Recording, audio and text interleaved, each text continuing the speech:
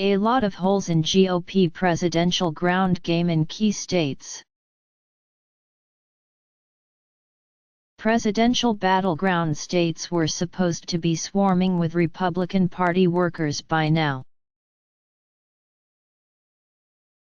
We've moved on to thousands and thousands of employees, Party Chairman Reince Priebus declared in March, contrasting that with the GOP's late-blooming staffing 4 years earlier. We are covering districts across this country in ways that we've never had before. That hasn't exactly happened, a state-by-state review conducted by the Associated Press has found. With early voting beginning in less than 3 months in some states, the review reveals that the national GOP has delivered only a fraction of the ground forces detailed in discussions with state leaders earlier in the year.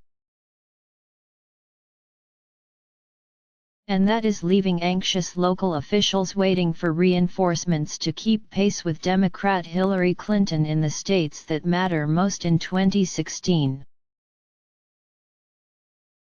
To be sure, the National Party actually has notched record levels of fundraising over the past few years and put together a much more robust ground game than it had in 2012.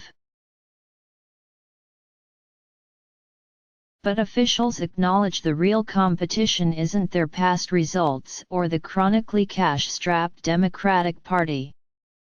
It's Clinton and what GOP Party Chairman Priebus calls that machine of Clinton fundraising.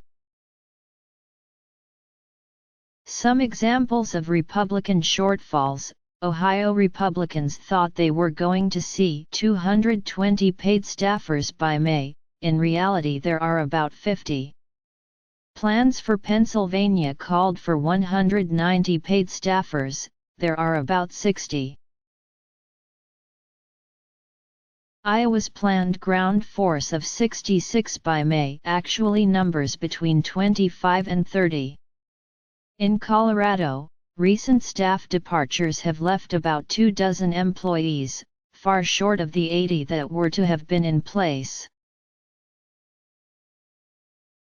AP learned of the specific May staffing aims from Republicans who were briefed earlier this year. The RNC did not dispute them.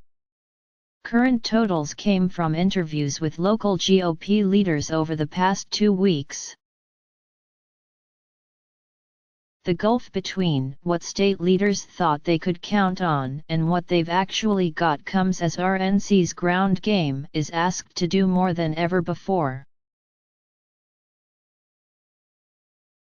Presumptive nominee Donald Trump is relying on the party to do most of the nuts and bolts work of finding and persuading voters in the nation's most competitive battlegrounds. This is a race we should win, Ohio GOP Chairman Matt Borges said, citing a voter registration boom. Now, we have to put the people in the field. In New Hampshire, a swing state that also features one of the nation's most competitive Senate contests, the Republican National Committee's original plan called for more than 30 paid staff on the ground by May. Yet what's happening there highlights that even when the RNC is close to meeting its staffing goals, there can be problems. In this case, 20 positions have been converted to part-time, and local officials have been struggling to fill them.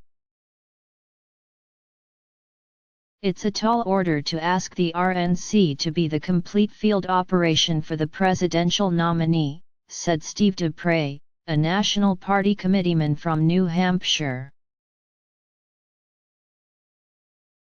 We're following through on the plan, but it was slower being implemented than we first would have hoped. Borges and Duprey, like Republican leaders across the nation, acknowledged that the National Party has dramatically reduced its staffing plans in recent months. You discuss idealistic, you discuss realistic, said the RNC's political director, Chris Carr. Some people hear what they want to hear. The Democrats have been more focused. The GOP's foes, says party chairman Priebus, have built their program around a candidate. By that measure, Clinton and her Democratic allies appear to be quite far ahead, with roughly double the staff of the Republicans in Ohio, for example. For any one party or candidate, ground operations are expensive.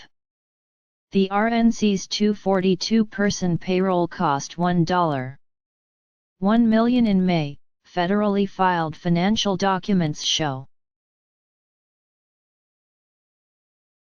Additionally, the party transfers hundreds of thousands of dollars each month to state parties, which in turn hire more people.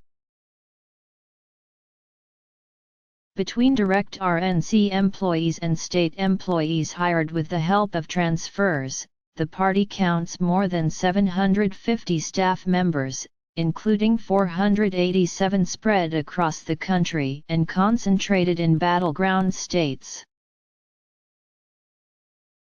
By contrast, at this point in 2012, there were just 170 paid Republican operatives across the country.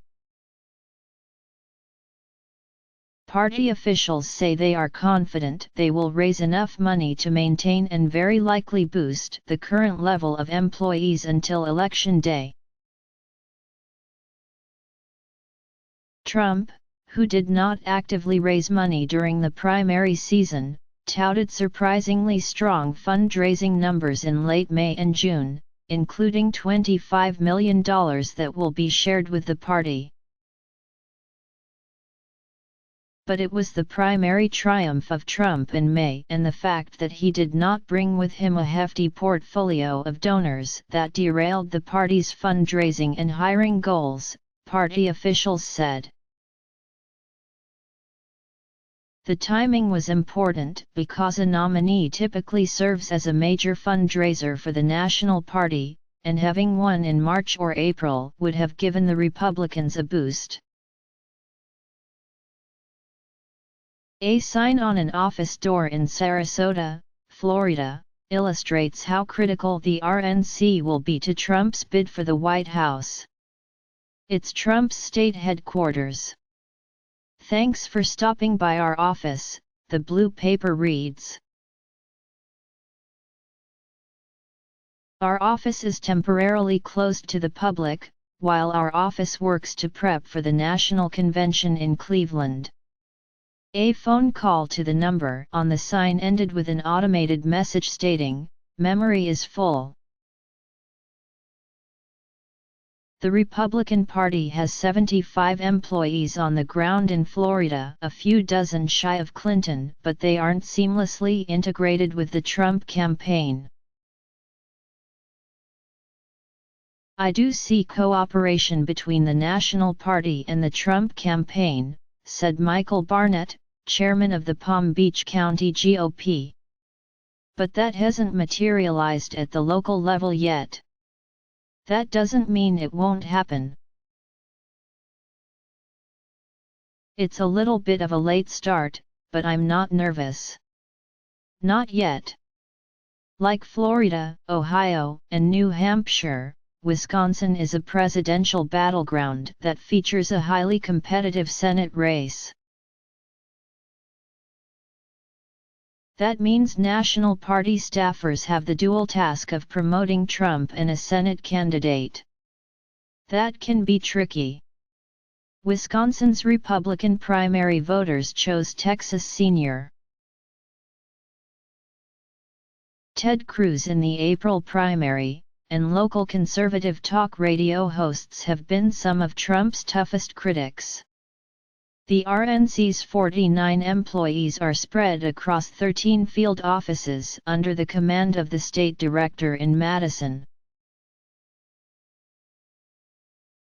That office is papered with re-election signs for senior Ron Johnson.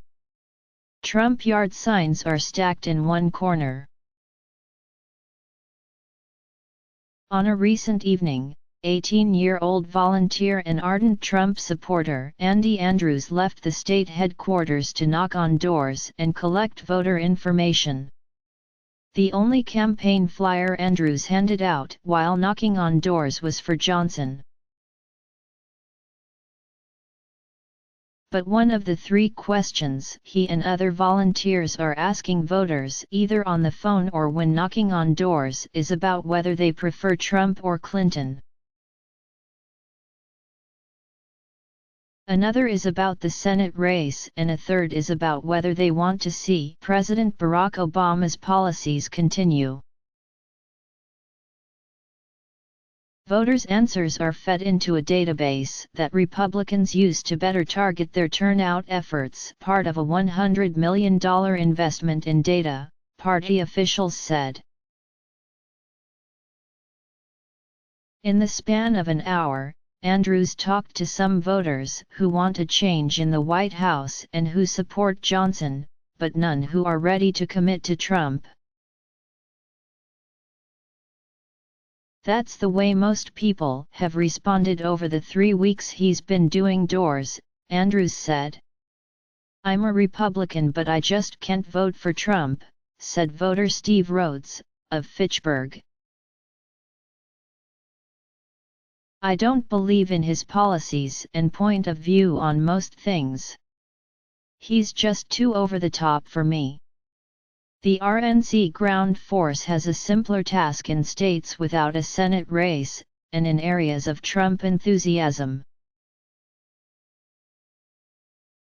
For example, in Virginia, where there are about 35 paid employees, a recent evening of door-knocking turned up numerous voters committed to Trump. GOP volunteer Robert Frank got a quick, yes, absolutely, when he asked Fredericksburg resident Elizabeth Skinner whether she'd be voting for Trump. Why would I want that chaotic mess to continue?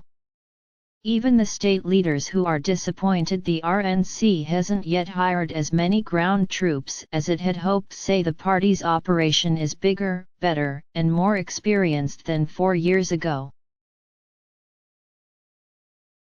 The party's first 2016 employees got to work in 2013, and they've road-tested voter identification and turnout strategies all across the country.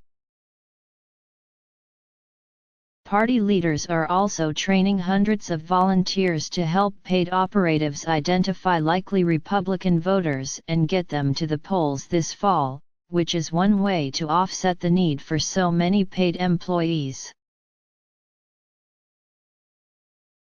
We are so far ahead of where we were last time that there's almost no way to compare it, said Garen Shipley, the RNC's Virginia Communications Director. And none of what we've built will go away on Inauguration Day. What political news is the world searching for on Google and talking about on Twitter? Find out via AP's Election Buzz Interactive. http elections. AP.org/buzz by Coease reported from Washington. Chad Day in Washington, Scott Bauer in Madison, Wisconsin, Bill Barrow in Sarasota, Florida, Catherine Lucy in Des Moines, Iowa, Julie Carr Smith in Columbus, Ohio, Mark Levy in Harrisburg, Pennsylvania, Nicholas Riccardi in Denver and Michelle Rindles in Las Vegas contributed to this report.